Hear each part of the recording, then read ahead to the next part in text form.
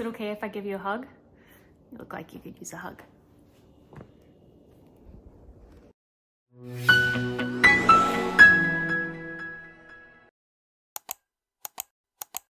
Hello and welcome back to another video. Today we are doing a food prep Monday. As I stated in a previous video, our week of dinners on the homestead, which I will link in this corner here, I said that I don't really do much meal prep because I cook dinner every single night, but I do make a couple things every Monday just to kind of get us through the week. I make some egg and ham muffins. I make us a couple desserts to get through the week. And then oftentimes I boil eggs, but I already have some left over from the other day, so I did not do that today. That is what you will be seeing in this video. This is an entire video dedicated to Food Prep Monday. And here are the goodies. As always, every recipe will be linked in the description box below. They are all on our website, www.𝗂𝗲𝗯𝘀𝗴𝗏.com. And if you have some time, hit the like button, subscribe to this channel, and if you want to see when new videos come out, hit the little notification bell down in the corner and it'll notify you when we put out new content. Should we see what we've made? First, we've got these chocolate chip cookie dates.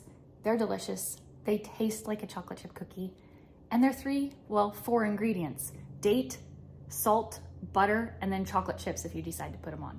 Second, we have my peanut butter protein bars, which are so delicious. And again, so easy to make, but let me just show you how perfect. If you're a fan of a peanut butter bar, these are for you. And lastly, we've got our egg and ham muffins. These are so great to have on hand. They freeze in the freezer so well and are just great to be able to pull out and have on hand when you need a quick breakfast. The first recipe we're gonna start with today is the muffins because it takes the longest and I need to get it in the oven. This recipe does call for broccoli, but my husband is so over broccoli right now because we've completely overdone it throughout the fall and winter. And so I have been replacing the broccoli with 2 poblano peppers. You could use all types of different colored peppers, but he likes these. These are his favorite. So we've been using 2 poblano peppers instead of the broccoli. So I'm gonna chop these up and an onion and preheat the oven. Let's get started.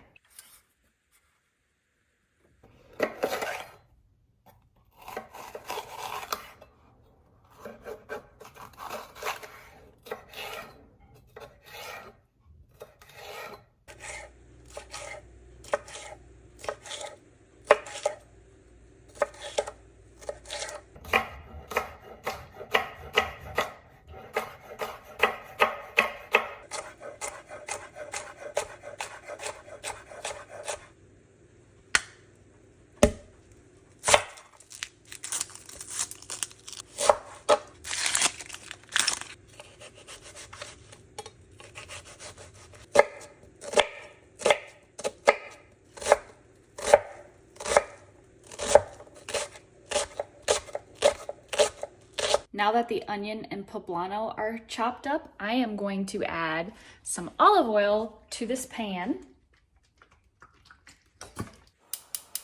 Light it, put it on about medium heat, and now I'm gonna saute the onions and poblanos. Get them all nice and soft. I like to pre-saute the onions and poblanos, or broccoli if I'm using broccoli, before I put them in the muffins because they just don't get quite cooked enough. If you want more of an al dente vegetable, you could probably skip this step. I've never skipped this step, but you do you. Whatever makes it easy for you. While the onions and poblanos are sauteing, I'm going to crack 10 eggs into this bowl. The recipe does call for 8, but I've been trying to extend it just a little bit. So by adding 10 eggs, then I add just a little bit more almond flour and we get a few more muffins.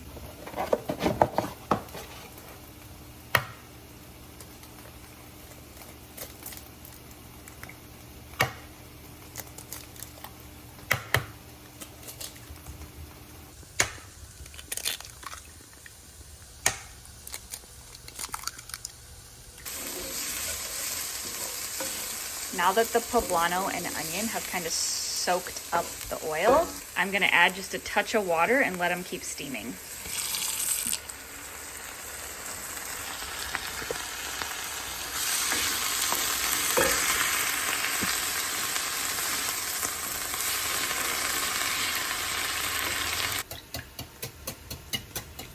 Get the eggs good and mixed up.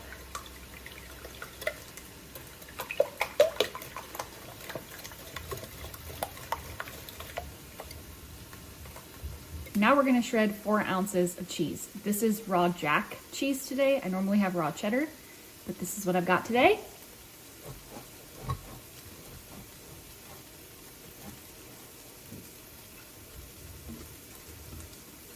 At this point, our poblanos and onions are softened good enough to go ahead and turn this off. And I'm just gonna push this off the heat so it cools a little. I'm gonna take some of this cheese and set it aside for the tops of the muffins, and the rest is gonna go in the egg mixture. I am going to transfer this mixture over to a bowl and put it in the freezer just so it cools down slightly so that when I put it into the eggs, it does not scramble the eggs. While the onions and poblanos are chilling in the freezer, we're gonna get the rest of our mixture ready. I'm just kind of stirring in this cheese a little bit. We're gonna use 2 teaspoons of baking powder. When I say a teaspoon, I usually go over a teaspoon. We're gonna use a 1/2 teaspoon of garlic powder, a 1/2 teaspoon of salt. Feel free to use pepper. I leave it out in this recipe. 1½ cups of almond flour, but because I added 2 extra eggs, I'm probably gonna add 2 cups of almond flour.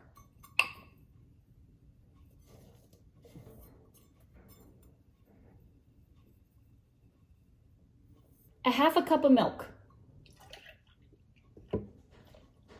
And lastly, some ham. Now the recipe calls for 2 pounds of ham or meat. A lot of times I'll do a pound of ham and a pound of bacon. This is what I have today. I have 1 pound of ham, so this is what we're going with. I get these hams at Fresh Thyme. It comes as an uncured ham, and it comes as 2 pounds. I usually make one and then store the other half already diced in the freezer, and then just take it out when I need it. I'm just gonna fold/mix all of that in. This recipe can easily use 2 pounds of ham, but I'm working with what I've got today. And that is the great thing about cooking. You don't have to fully follow a recipe. They're just guidelines. Use what you have. It's still gonna turn out good the majority of the time. Now, when it comes to baking, sometimes that might be a different situation, but for the most part, you can't go wrong. And lastly, our poblanos and onions. As you can see, they're still a little steamy, but putting them in the freezer just literally for like 3 to 5 minutes just really helps so that you don't accidentally scramble your eggs. Check that out.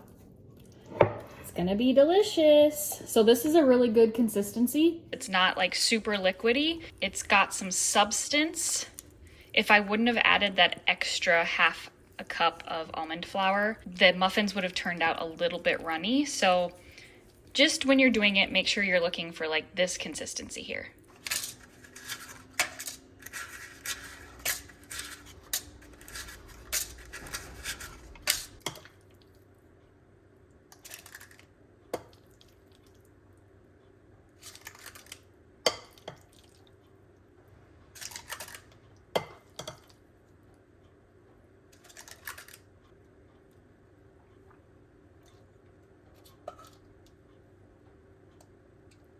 These guys go into the oven now for 20 minutes.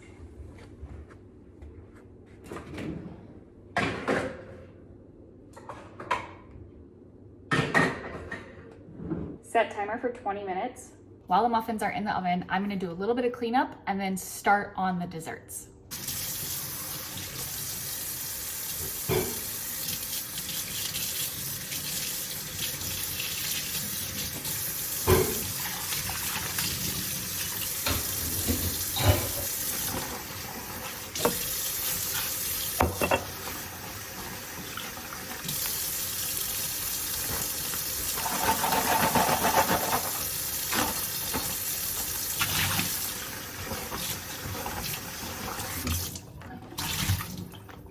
Yes, we reuse our Ziploc baggies for as long as we can, and yes, I dry them on a bottle rack. I do have an entire drawer of stasher bags. Sometimes I just forget to use them, but I do reuse my plastic.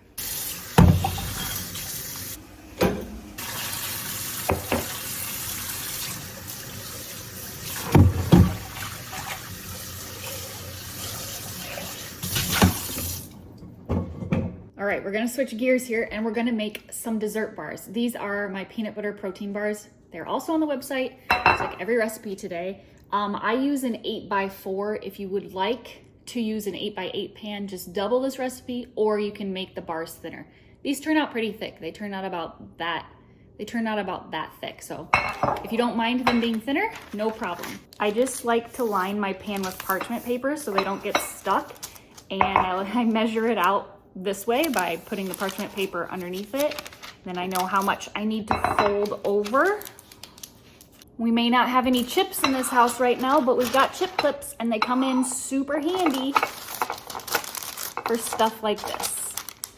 Clip, voila. We are going to start with 1.5 cups of natural runny peanut butter. This is important. You want natural and runny. Now we're gonna add 3 scoops or 3/4 of a cup of collagen. It does not matter what kind you use. I have just maybe 1 scoop left of this vanilla collagen, so I'm gonna use this, and then I'm going to finish it off with an unflavored one.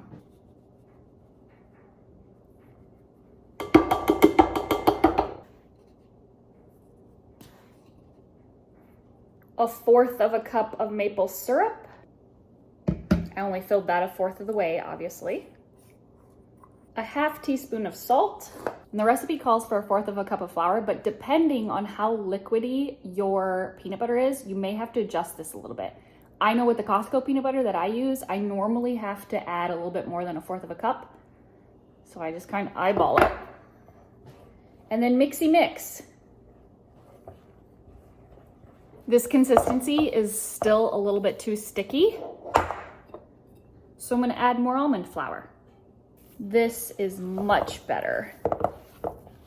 Got our nice little pan. You don't need to grease this, it'll be totally fine. And here's our mixture. And we're just going to plop it in. You can get your fingers wet if you want, but you don't need to. We're just gonna push it in until it's nice and even. Now it's time for the chocolate layer. Now here's the scoop. I don't have a microwave and I am too lazy to put a water bath on. So we are just going to add a little bit of coconut oil and about 4 ounces of chocolate chips. And we're gonna sit here and watch this like a hawk so it doesn't burn.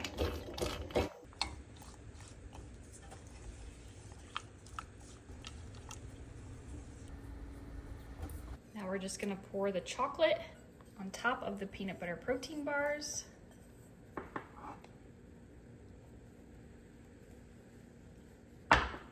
And now this is ready for the refrigerator.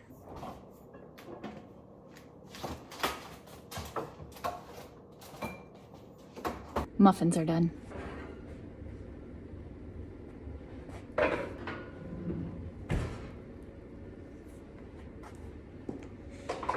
All right, I'm just gonna hit these muffins with a little bit of flaky Maldon salt.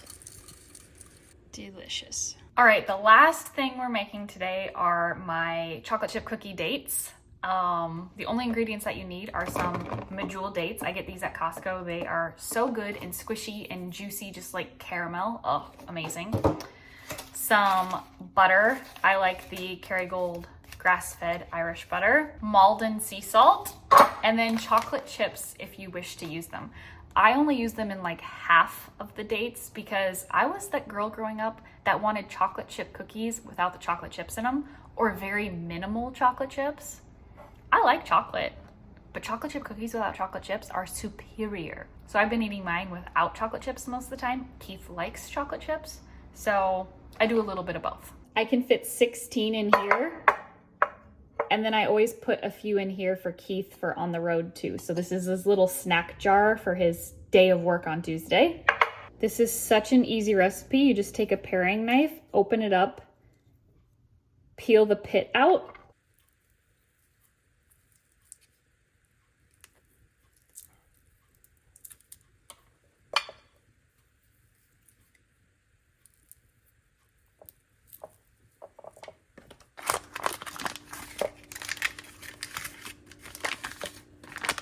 Now I just take 1 stick of butter and I cut like tablespoon-sized slices, maybe a little bit less than a tablespoon. And then we slice that right down the middle.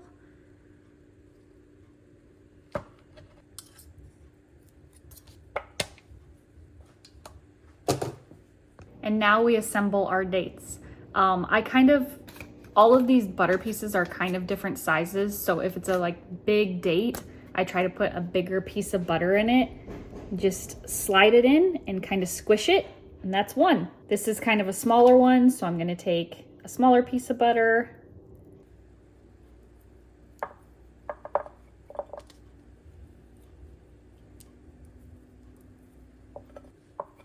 Now I'm just gonna sprinkle all of them with some Maldon salt. Now I'm just adding chocolate chips to the ones that Keith will be taking with him, and then I will add some to the big pan as well.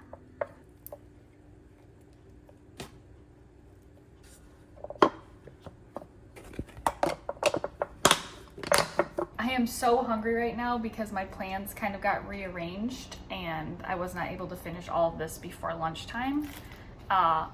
So it is 12:30 and I'm gonna eat one of these muffins before I have my lunch. So I figured I'd show you.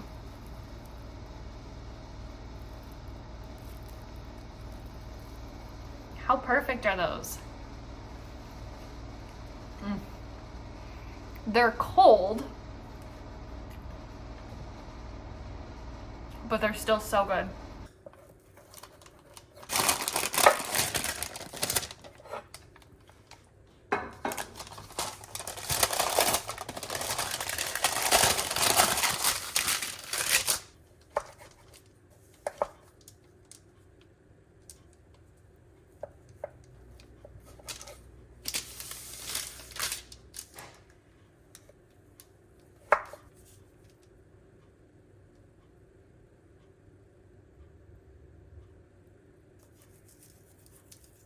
I need to prep a little to-go thing of these muffins for Keith. He will need one of those on Wednesday morning, I think. All I do is take the cover off. He has a little like plug-in food warmer in his semi, but he eats 4 of these at a time. So I just take the wrapping off, cut them in half. I place them in one of these food storage containers. Just smash them in as good as I can.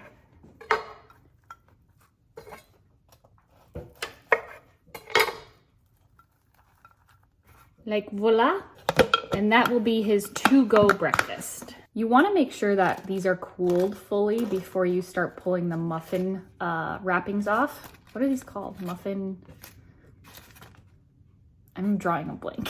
I'm gonna freeze 8 or 12 of these, I'm not sure, but I freeze them as 4 packs because like I said, Keith eats 4 at a time, and if I eat them, I eat 2 at a time. And I have inspired myself to use my stasher bags, so we're gonna give the stasher bags a test. I normally just, like I said, reuse my Ziplocs, but we're gonna put 4 of these in here. I think these will actually freeze better in here because, I don't know, stasher bags just do a better job at freezing things. Try to get all the air out, and voila! That is a wrap on today's video. I hope you guys enjoyed. Again, please like this video, subscribe if you haven't, hit that notification bell, and in the comments section, leave which one of these recipes would be your favorite to make. I hope you guys have a great night or day wherever you are in the world, and I'll see you next time. Bye!